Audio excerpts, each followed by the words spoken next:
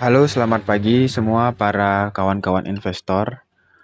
Kali ini kita berada di segmen review singkat emiten. Jadi review singkat emiten ini adalah review emiten-emiten yang ber-PBV di bawah 1 dan ber-pair di bawah 10 ya. Kali ini saya pilihkan ANJT. Oh ya, sebelum lanjut, video ini sudah ada di aplikasi Stockbit kawan-kawan. Jadi yang sudah sempat membaca silahkan di skip videonya ya. Karena video ini khusus untuk yang belum sempat membaca. Baiklah, silahkan didengarkan. Review singkat ANJT, PT Austrindo Nusantara Jaya. Ya. Secara singkat, perusahaan ini menjalankan usaha perkebunan kelapa sawit beserta unit pengolahannya untuk memproduksi CPO.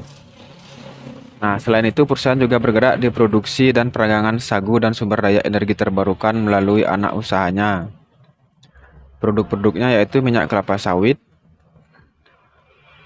atau CPO, crude palm oil, dan inti sawit atau palm kernel. Sagu, edamame, dan energi terbarukan yang berasal dari limbah kelapa sawit. Dan per Desember 2020, perseroan memiliki total cadangan lahan lebih dari 150.000 hektar. Luas lahan yang ditanami sekitar 54.694 hektar, meningkat dari sebesar 54.548 hektar di akhir 2019. Jadi masih banyak lahannya yang belum ditanami ya, kawan-kawan. Oh ya, sebelum lanjut, subscribe adalah hal yang mudah bagi Anda namun sangat berarti bagi perkembangan channel ini. Jadi mohon dukungan subscribe-nya, tekan tombol loncengnya, berinteraksi dengan like atau komen ya kawan-kawan investor. Semoga vlog sederhana ini bisa membantu investasi kawan-kawan investor. Semua data saya ambil di www.anj-stripgroup.com ya untuk ininya, untuk informasi perusahaannya. Dan untuk laporan keuangannya, kawan-kawan bisa download di idx.co.id. Data keuangan semua saya ambil di aplikasi Stockbit ya. Saya masuk ke profilnya, kita akan ke ininya aja ya, ke websitenya sebentar ya. Sebelumnya sektornya adalah masuk di sektor barang konsumen primer dengan subsektor makanan dan minuman ya.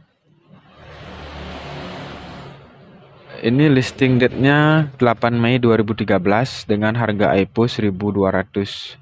Berarti sekarang sedang di bawah harga IPO ya. Nggak tahu nih udah berapa kali stock split, saya belum cek. IPO shares-nya 333.350.016 dengan IPO amount 400 miliar. Oke, saya lanjut ke ininya dulu ya. Ke webnya aja langsung. Nah, ini dia. Kita lihat dulu dari profil perusahaannya dulu ya. Profil. Nah, bisnisnya adalah kelapa sawit dan energi terbarukan.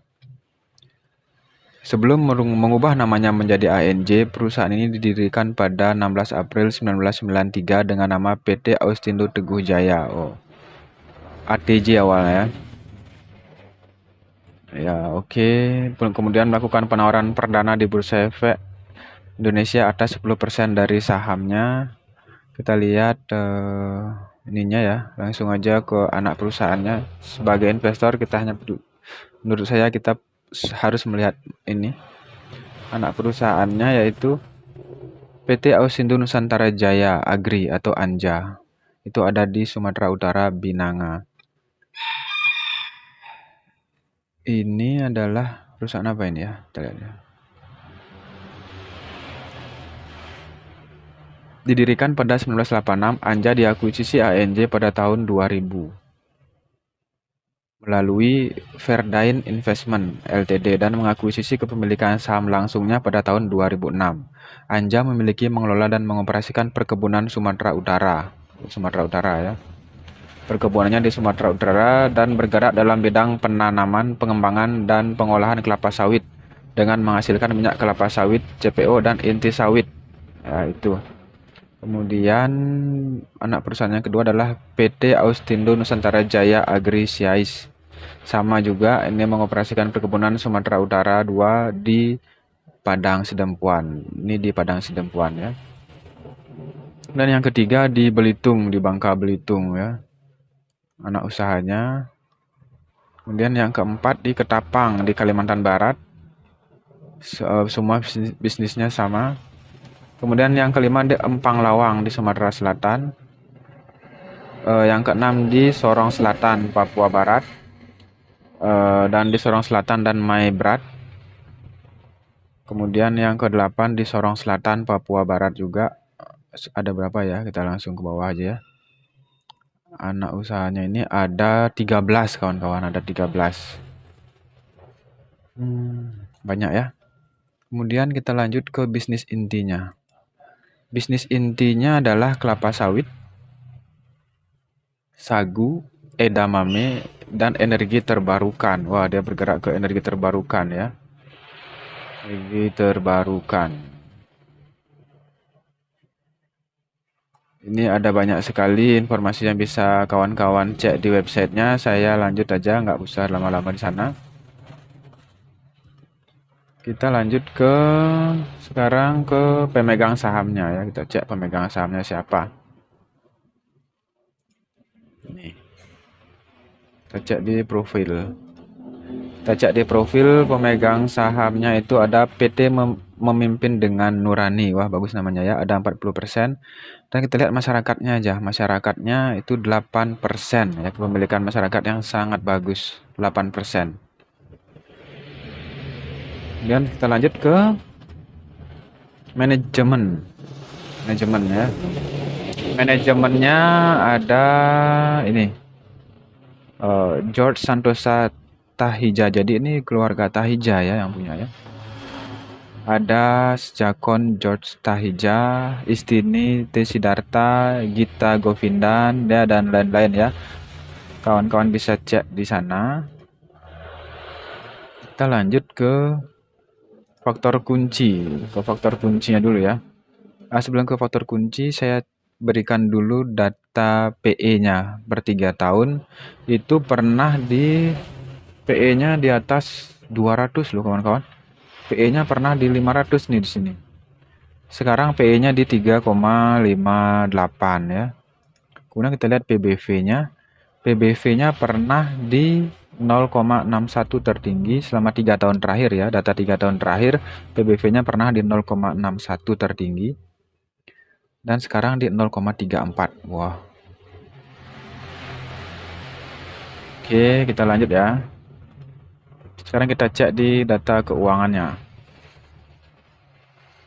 Di finansial. Kita pakai yang trailing 12 month supaya dapat data terakhir juga ya. Data per kuartal terakhir, kuartal 3 2022. Kita lihat nih laba usahanya 854 miliar. Wah, gede ya. Dan laba bersih tahun berjalannya 514 miliar. Wah, sangat nih ya. Sangat efisien. Lumayan nih, bagus nih perusahaan ini menurut saya ya. Dan kita lihat di case statnya, faktor kunci yang lain. Kita lihat di valuasinya itu PBV-nya 0,35 dengan current EPS-nya 156,23. Kemudian current book value per share-nya 1927. Dan saat ini di harga 665. Wah, banyak banget diskonnya ini ya. Oke, kita lihat apa lagi ya, ini solvensinya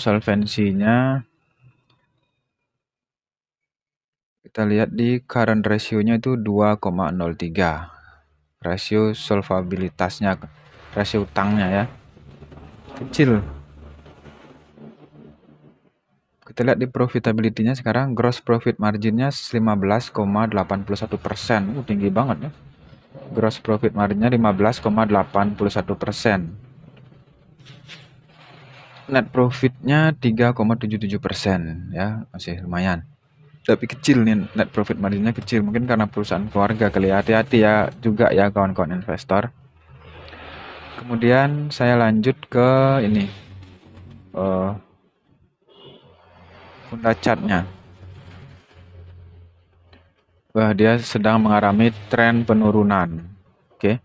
Sekarang kita lihat grafiknya ini 3 bulanan. Saya sukanya ngeliat grafik 3 bulanan. Ini sedang penurunan ya, sedang sideways dia. Kita lihat grafik tahunannya. Ini sedang trennya bearish ya, sedang menurun. Menurut saya ini dan ini akan masuk ke watchlist saya di tahun 2023 ini.